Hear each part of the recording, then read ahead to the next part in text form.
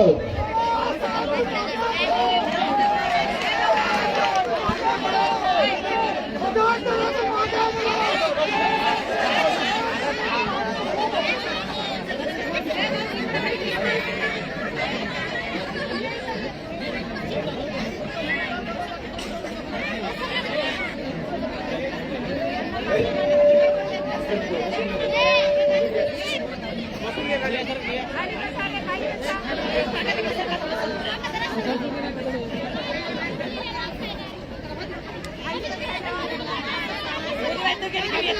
समतेचे विचार रुजवणाऱ्या सर्व मानवांना त्रिवार अभिवादन करतो. आणि मंचावरती उपस्थित काँग्रेसचे माननीय खासदार चव्हाण साहेब, तसेच वंचित बहुजन आघाडीचे अविनाशदादा भोसीकर, प्रशांतदादा इंगोले, जाकीर साहेब चाऊस, तसेच काँग्रेसचे तमाम पदाधिकारी, नेते मंडळी, वंचित बहुजन आघाडीचे पदाधिकारी आणि नेते मंडळी, तसेच इथे उपस्थित असलेले माझ्या माता भगिनी, वडीलधारी मंडळी आणि या चळवळीतल्या तमाम साथीदारांना माझा जय जिजाऊ, जय शिवराय, जय ज्योती, जय क्रांती, जय लहूजी, जय मल्हार, अस्सलाम वालेकुम रहमतुल्लाही बरकातू आणि जय भीम.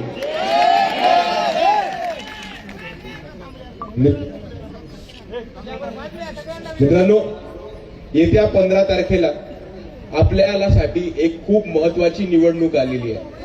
आणि ही निवडणूक महत्वाची काय आहे मी तुम्हाला सांगतो. इथे बऱ्याच लोकांना असं वाटतं की नगरपालिकेची, महानगरपालिकेची, नगरसेवकाची निवडणूक काय महत्वाची नसते, फक्त खासदारकीची आणि आमदारकीची निवडणूक महत्वाची असते. पण त्या सगळ्यांना मी एक गोष्ट सांगू इच्छितो की आपल्या भागामध्ये जो विकास होणार आहे, आपल्या गल्लीमध्ये जो विकास होणार आहे, आपल्या वॉर्डामध्ये जो विकास होणार आहे आणि आपल्या शहरामध्ये जो विकास होणार आहे, तो ठरतो महानगरपालिकेमध्ये. आणि म्हणून आपल्याला सर्वांना ही महत्वाची जबाबदारी पार पाडायची आहे की जर आपल्याला गावाचा, आपल्या वॉर्डाचा, आपल्या गल्लीचा आणि आपल्या शहराचा विकास करायचा असेल तर आपल्याला आपल्या हक्काचे आणि आपल्याला आपल्या कामाचे नगरसेवक कोणत्याही परिस्थितीत निवडून हे महानगरपालिकेमध्ये पाठवणं अतिशय गरजेचं आहे. मित्रांनो,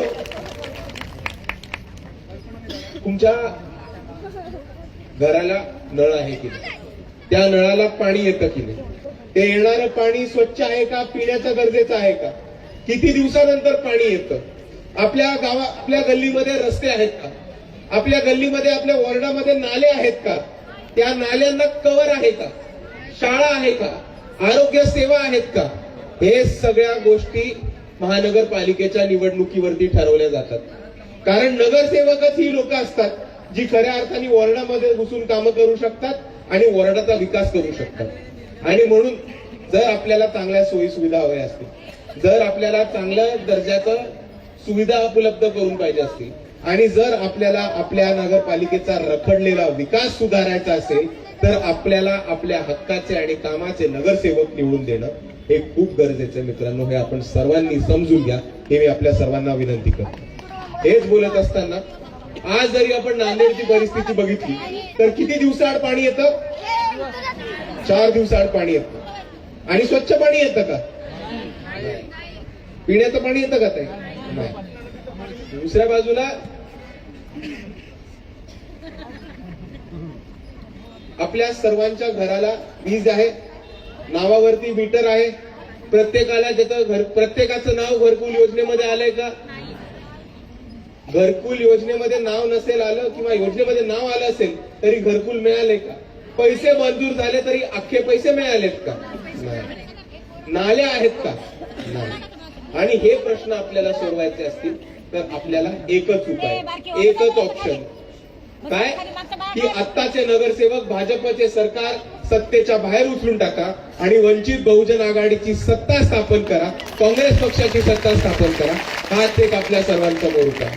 आणि मी आपल्या सर्वांना इथे उभं राहून तमाम वंचित बहुजन आघाडी आणि काँग्रेसच्या नगरसेवकांकडनं आपल्या सर्वांना ही गवाही देतो की जर वंचित बहुजन आघाडीचे लोक सत्तेमध्ये गेले आणि जर वंचित बहुजन आघाडीचे नगरसेवक निवडून आले तर सर्वात पहिले प्रत्येक माणसाच्या घराला नळ आणि त्या नळाला दररोज स्वच्छ पिण्याचं पाणी देण्याचं काम हे वंचित बहुजन आघाडीचे सरकार करेल. महानगरपालिकेच्या शाळांमध्ये चांगलं दर्जाचं शिक्षण मोफत प्रायव्हेट खाजगीमध्ये मिळतं, त्या दर्जाचं इंग्लिश मीडियम मधलं शिक्षण हे मोफत आपल्या लेकरांना उपलब्ध करून देण्याचं काम वंचित बहुजन आघाडी करेल. शहरामध्ये महिलांसाठी स्वच्छतागृह बांधण्याचं काम वंचित बहुजन आघाडी बाजारपेठेमध्ये आणि पब्लिक एरियामध्ये नक्की करेल.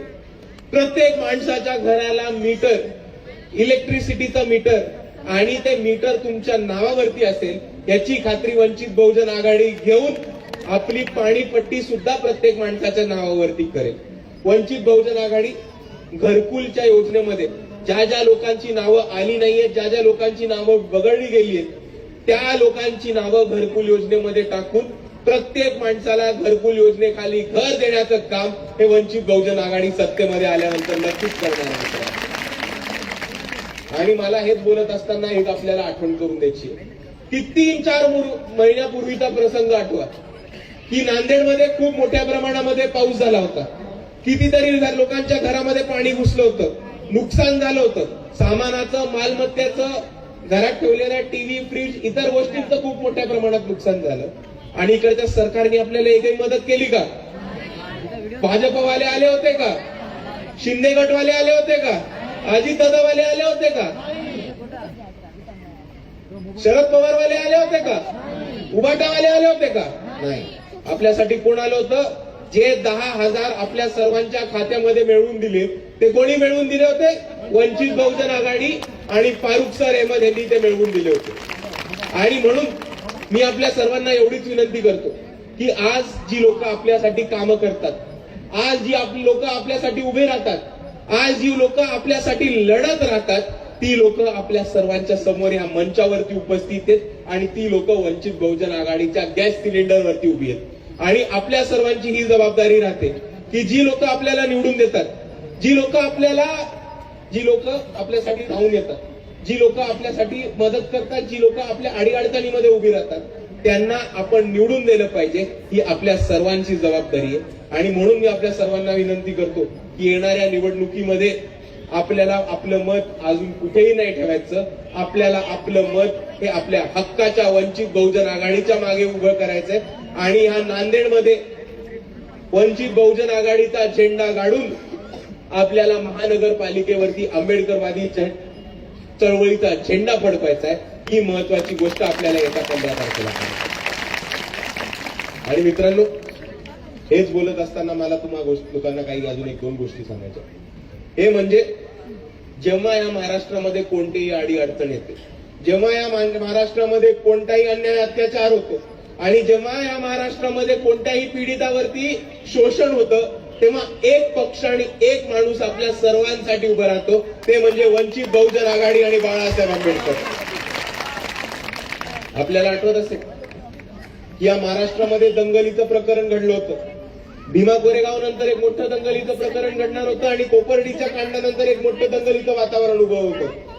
हे बाळासाहेब आंबेडकर होते त्यांनी भीमा कोरेगाव नंतर एक दिवस महाराष्ट्र बंद पुकारला आणि महाराष्ट्रामध्ये होणारी दंगली थांबवली होती.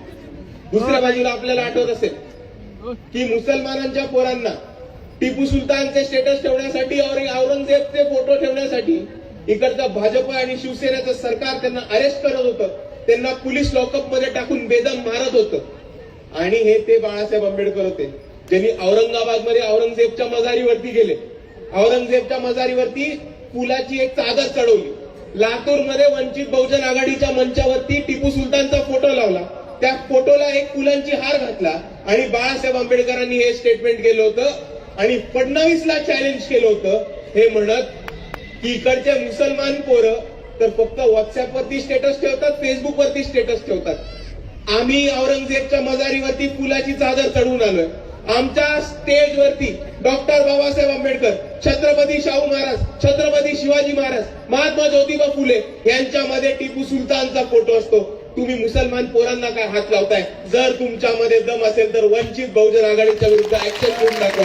ही भूमिका बाळासाहेब आंबेडकरांनी या महाराष्ट्रामध्ये घेतली होती.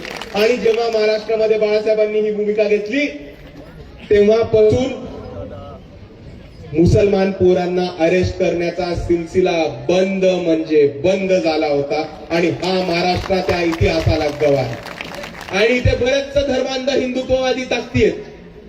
सनातनी हिंदू ताकद म्हणतात स्वतःला, ते मोठ्या प्रमाणात ट्रोल करतात की हे मजारीवरती जातात, टिपू सुलतानचा फोटो लावतात, तुम्ही काय धर्म बदलला का, तुम्ही मुसलमान झालात का. हे जे लोक आहेत त्यांना मला एक आठवण करून द्यायची की कोरोना काळ आठवण करा, कोरोना काळ आठवण करा. या महाराष्ट्रामधलं प्रत्येक मंदिर हे बंद ठेवलं होतं, या महाराष्ट्रामधल्या प्रत्येक मंदिराला प्रवेश बंद केला होता. आणि हे तेच बाळासाहेब आंबेडकर होते ज्यांनी पंढरपूरवरती विठोबाच्या मंदिरासमोर मोर्चा केला आणि विठोबाचं मंदिर उघडं करून या महाराष्ट्रामधली तमाम मंदिरं इकडच्या हिंदूंसाठी उघडी करून दिली होती. आणि जेव्हा कोरोना काळामध्ये इकडचे मंदिरं बंद पडली होती तेव्हा फडणवीस आले होते का ती मंदिरं उघडायला, राणे आले होते का ती मंदिरं उघडायला, ठाकरे आले होते का ती मंदिरं उघडायला, एकनाथ शिंदे आले होते का ती मंदिरं उघडायला. नाही, ती मंदिरं उघडायला बाळासाहेब आंबेडकर आणि वंचित बहुजन आघाडी आली होती. आणि म्हणून मी म्हणतो की जेव्हा जेव्हा कोणत्याही समाजावरती अन्याय अत्याचार होतो तेव्हा वंचित बहुजन आघाडी आणि वंचित बहुजन आघाडीचे कार्यकर्ते हे नेहमी आपल्या संरक्षणासाठी, आपल्या मदतीसाठी आणि आपलं पाठ राखण करायला 24 तास हजर आहेत. हा आपल्या महाराष्ट्राचा आणि वंचित बहुजन आघाडीचा इतिहास आहे, हे मला आपल्या सर्वांसमोर नमूद करायचं. आणि दुसऱ्या बाजूला मित्रांनो, जेव्हापासून निवडणुकीचा हा सिलसिला चालू झाला तेव्हापासून आपण बघितलं असेल की तिकीट वाटपावरनं खूप मोठी नाराजगी आहे. बरेच काहीच लोक नाराज झालेत की कोणत्याला तिकीट मिळालं नाही भाजपचं, कोणाला तिकीट मिळालं नाही शिंदे सेनेचं, कोणाला तिकीट मिळालं नाही शरद पवारांकडनं, कोणाला तिकीट मिळालं नाही अजित पवारांकडनं. आणि याच्यानंतर काय झालं, कोणता भाजपचा नेता कोपऱ्यात बसून रडलाय, कोणता अजितदादांचा नेता कोपऱ्यात रुसून बसलाय, कोणतरी शिंदे साहेबांची गाडी थांबवायला निघालं, कोणतरी भाजपच्या आमदाराची गाडी फोडायला निघालं आणि सगळे कार्यकर्ते हे नाराज घरी बसले. पण वंचित बहुजन आघाडीमध्ये तुम्हाला हे दृश्य दिसणार नाही. वंचित बहुजन आघाडीमध्ये तळागाळातल्या कार्यकर्त्यांना जे एकनिष्ठेने बाळासाहेब आंबेडकरांचं काम करत होते, एकनिष्ठेने पक्षाचं काम करत होते आणि ही बाबासाहेब आंबेडकरांची चळवळ पुढे घेऊन जायचं काम करत होते, त्या तळागाळातल्या एकनिष्ठ कार्यकर्त्यांना तिकीट देण्याचं काम हे वंचित बहुजन आघाडीने केलंय. कोणत्याही दारूच्या अड्ड्यावाल्याला नाही, कोणत्याही पैशावाल्याला नाही, कोणत्याही चोराला नाही, कोणत्याही दराडेखोराला नाही, तर आमच्या सक्षम कार्यकर्त्यांना तिकीट देऊन वंचित बहुजन आघाडीने उभं केलंय. आणि आम्ही हा पायंदा उभा केलाय की या पक्षामध्ये पैशावरती तिकीट मिळत नाही, या पक्षामध्ये तिकीट मिळतं तर ते संघर्षावर आणि कार्यकर्त्यांच्या जोरावर. आणि हेच बोलत असताना मित्रांनो, मला आपल्याला सांगायचंय की ती कार्यकर्ते तुमच्या समोर उभे आहेत, आपल्यासाठी धावून येणारे मेहनत करणारे कार्यकर्ते तुमच्या समोर उभे आहेत. आणि या महाराष्ट्रातला नाही तर या भारतातल्या इतिहासातला RSSच्या कार्यालयावर जर कोणा पहिले मोर्चा काढला असेल तर ते वंचित बहुजन आघाडीचे हेच कार्यकर्ते होते. आणि म्हणून मला तुम्हाला एक प्रश्न विचारायचा आहे की जेव्हा तुमच्यासाठी धावून येणारे, तुमच्यासाठी लढणारे, तुमच्यासाठी उभे राहणारे कार्यकर्ते जेव्हा निवडणुकीसाठी उभे राहतात तेव्हा त्यांना जिंकून देण्याची जबाबदारी कोणाची राहते, कोणाची राहते? 2 हात वर करून सांगा, वंचित बहुजन आघाडीच्या उमेदवारांना निवडून देणार की नाही देणार? आपलं चिन्ह काय, आपलं चिन्ह काय, आपली निशाणी, आपली निशाणी वंचित बहुजन आघाडीकडनं सौ विश्वासराव साहेबराव पंडित, विजय ज्ञानदेव चौधरी, सलमा बेगम शेख आणि राहुल आनंदराव पवार हे वंचित बहुजन आघाडीकडनं उभे आहेत. त्यांची निशाणी आहे गॅस सिलेंडर. आपण यांना जास्तीत जास्त मतांनी निवडून द्या आणि आपण आपल्या नांदेडच्या महानगरपालिकेवरती आपल्या चळवळीचा निळा झेंडा आणि वंचित बहुजन आघाडीचा झेंडा काढू आणि आपणच आपल्या चळवळीचा आणि आपल्या शहराचा विकास करू. एवढं म्हणून मी माझे 2 शब्द थांबवतो. जय भीम, जय संविधान.